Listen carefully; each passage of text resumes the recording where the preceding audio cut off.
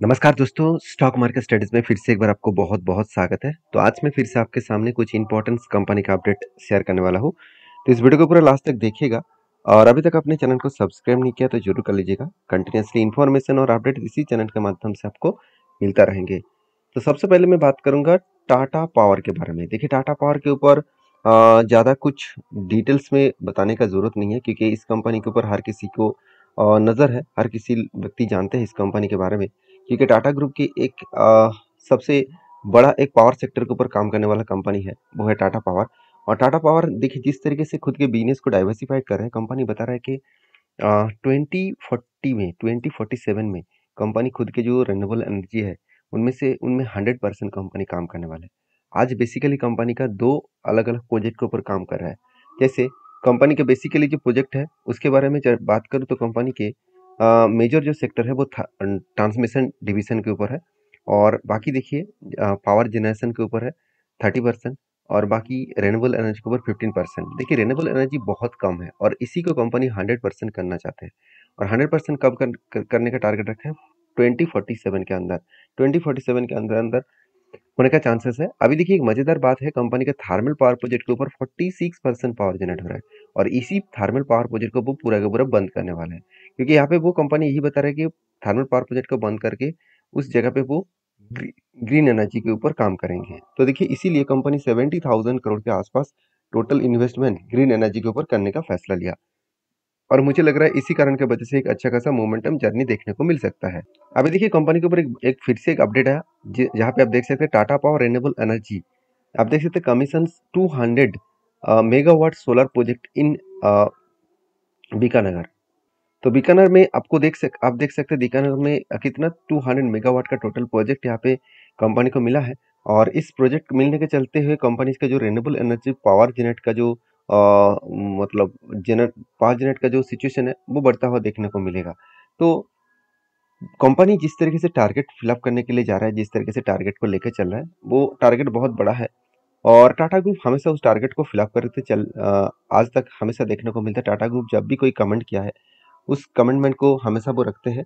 तो ये जो न्यूज़ है, इस न्यूज़ के बेसिस में एक एक चीज़ तो क्लियर देखने को मिलता है कि टाटा पावर हमेशा इसी प्रोजेक्ट के ऊपर बहुत ज़्यादा ध्यान दिया है, बहुत ज़्यादा काम कर रहा है। तो जिसके चलते कंपनी के ऊपर अच्छा खासा ग्रोथ फ्यूचर में आ सकते हैं।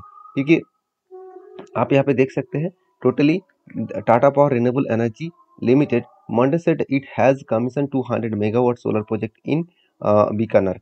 और राजस्थान में इस तरीके से सोलर प्रोजेक्ट के ऊपर कंपनी को काम मिला। The project is expected to the generate around 485 million unit. तो ग्रीन एनर्जी मतलब 485 मिलियन यूनिट एनर्जी होने वाले है, मतलब प्रोजेक्ट बनने वाले हैं, जो करीबन 200 मेगावाट के सोलर से। तो एक बहुत बड़ा अपडेट है, क्योंकि इस अपडेट के कारण मुझे लगता है कि कंपनी के ऊपर उतना ज़्यादा जर्नी तो नहीं दिखा, मगर कंपनी के ऊपर एक पॉजिटिव सेंटीमेंट क्रिएट हुआ जो फ्यूचर के लिए और इस कंपनी के ग्रोथ के लिए बहुत काफ़ी है।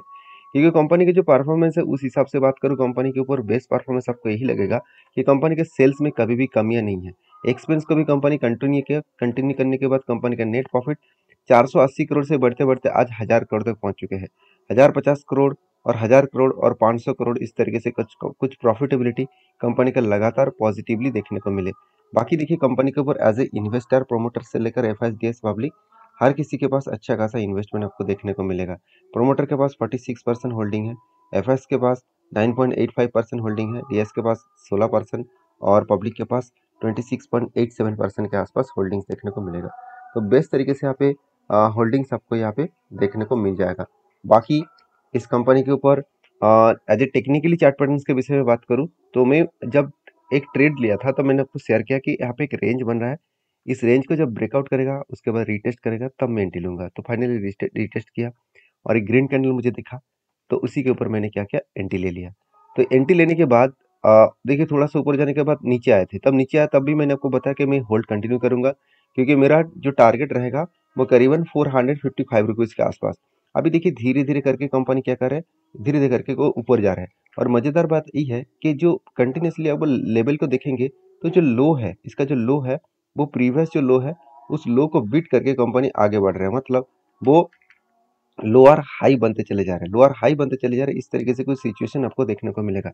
तो अ, और ऊपर साइड में देखिए देखा जाए तो हायर हाई बनते चले जा रहे हैं। पहले जो हाई था उस हाई को भी ब्रेक किया, अभी मुझे लग रहा है यहाँ पे भी प्रीवियस हाई को ब्रेक करके ही दम लेंगे। तो इस तरीके से अगर ऊपर जाएगा तो 30% का टारगेट में टारगेट लेके चल रहा हूँ। कब टारगेट देगा वो तो मुझे पता नहीं, मगर मैं एज ए बुलिश सिचुएशन में इस कंपनी को देखता हूँ। तो बाकी आपकी क्या राय है जरूर कमेंट्स करना। और हाँ, सारी चीज में जो मैं आपके साथ शेयर करता हूँ एज ए एजुकेशन पर्पस में है, कोई भी मेरे तरफ से सेल और बाई का रिकमेंडेशन नहीं है, क्योंकि मैं कोई सेबी रजिस्टर एडवाइजर नहीं हूँ। तो नेक्स्ट जो कंपनी है उसके बारे में बात करूँ, उसका नाम है हिंदुस्तान एरोनॉटिक्स लिमिटेड। देखिए कंपनी फिर से एक नया अचीवमेंट, नया हाई फिर से करके दिखाया। और कंपनी के ऊपर इस हाई होने के पीछे रीजन भी है, ऐसे नहीं कि कंपनी भागते चले जा रहे हैं, उसके पीछे एक बिग रीजन है।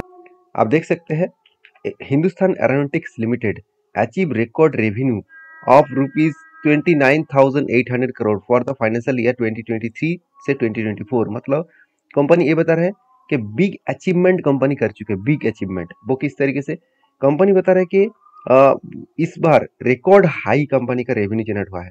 तो जो क्वार्टर फोर का रिजल्ट आने वाला है, क्वार्टर फोर का मतलब आप सभी जानते हैं ईयर ऑफ ईयर बेसिस का रिजल्ट, साल भर में कंपनी किस तरीके से परफॉर्मेंस किया उसी के ऊपर डिपेंड करके कंपनी का ग्रोथ देखा जाता है। तो इस क्वार्टर फोर का जो रिजल्ट है वहाँ पे 29,800 करोड़ के आसपास टोटल यहाँ पे कंपनी के ऊपर क्या है, रिकॉर्ड रेवेन्यू जनरेट हुआ है। उस रिकॉर्ड रेवेन्यू जनरेट होने के कारण कंपनी के ऊपर एक अच्छा खासा ग्रोथेबल सिचुएशन देखने को मिला और कंपनी फिर से लाइफ टाइम हाई को ब्रेक किया है। और देखिए ये मैं नहीं बता रहा हूँ कि कंपनी का रिपोर्ट ही बता रहा है कि कंपनी अपकमिंग टाइम्स में अच्छा खासा ग्रोथ और भी कर सकता है, क्योंकि कंपनी रेवेन्यू जो जनरेट किया 29,800 करोड़, और पिछले साल में कितना था, अगर मैं पिछले सालों के डेटा दिखा दूं तो कितना 26,900। तो एक अलग लेवल का सेल्स ग्रोथ किया।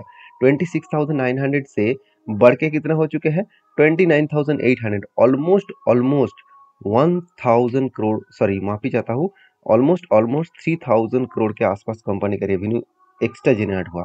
तो यही कारण के वजह से कंपनी के ऊपर मैसिव जम होना स्टार्ट हो चुके हैं। तो सोचिए, जो लोग सोच रहे हैं कि जब रिजल्ट आएगा उस दिन मैं काम करूंगा, उससे पहले रैली स्टार्ट हो जाएगा, उससे पहले रैली खत्म हो जाएगा।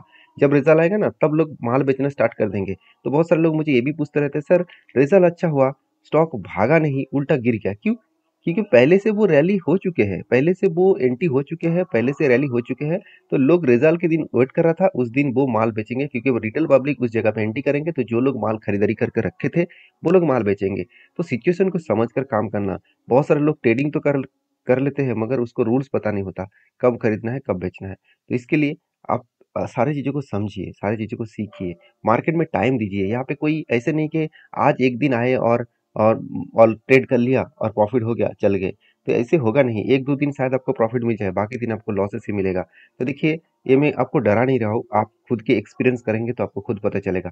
देखिए कंपनीज के ऊपर जो इंपॉर्टेंट जो टेक्निकली चार्ट पैटर्न है उसके बारे में चर्चा करूँ तो आप देखेंगे तो कंपनी फिर से देखिए लाइफ टाइम जो हाई है उसको ब्रेक किया। मैं पहले पिछले दिनों में भी आपको बताया था, अगर इस लेवल के ऊपर क्लोजिंग दे, इस लेवल के ऊपर क्लोजिंग दे तो एक फिर से लंबा जर्नी आपको देखने को मिल सकता है। अभी देखिए यहाँ पे मेरा कोई एंट्री नहीं है, क्योंकि मैं कोई पैटर्न्स के बिना एंट्री नहीं लेता हूँ।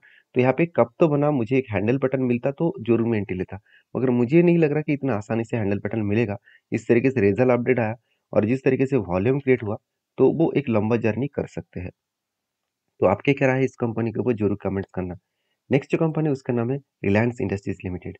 तो रिलायंस के ऊपर एक बहुत बड़ा अपडेट है, जिसको रिलायंस इंडस्ट्रीज को और भी ज़्यादा पुश करने वाला है, क्योंकि रिलायंस के अंदर ही टेलीकॉम सेक्टर, रिफाइनरी सेक्टर और रिन्यूएबल एनर्जी और भी बहुत सारे सेक्टर्स इसके भीतर ही एक साथ कंपनी के भीतर काम कर रहा है।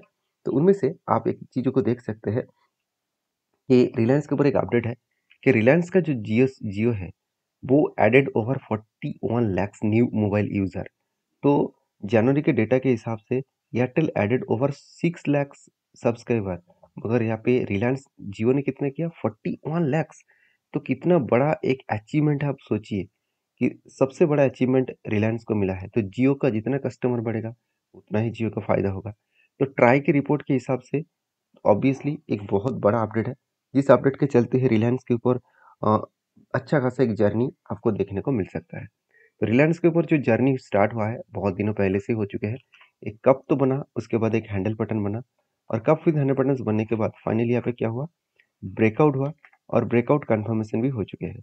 कंफर्मेशन होने के बाद देखिए कंपनी धीरे-धीरे करके हायर हाई बनते-बनते वो आगे बढ़ रहा है और जो मैं टारगेट लेके चल रहा हूँ करीबन 3200 के आसपास। एक बेस्ट तरीके से टारगेट लेकर मैं चल रहा हूँ।